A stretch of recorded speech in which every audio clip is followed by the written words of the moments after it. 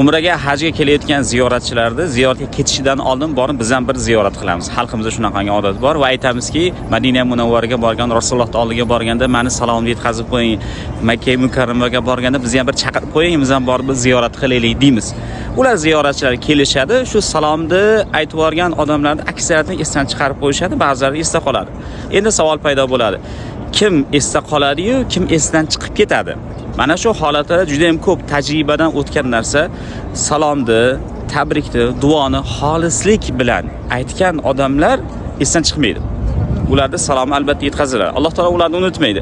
Agarchi bu gaplarda shunchaki salomlarni, duoni ko'ngil uchun bitta gapni o'rnida noxolis aytadigan bo'lsangiz, sizni aytgan salomingiz odatda ziyoratchini ongidan esdan chiqib qoladi. Shuning uchun azizlar, ziyoratga ketadigan, umraga, hajga ketadigan odamlarni ziyorat qilayotgan vaqtda xolislik bilan ziyorat qiling va ularga salomni xolislik bilan yetkazing. Inshaalloh aytgan salomingiz albatta yetib keladi.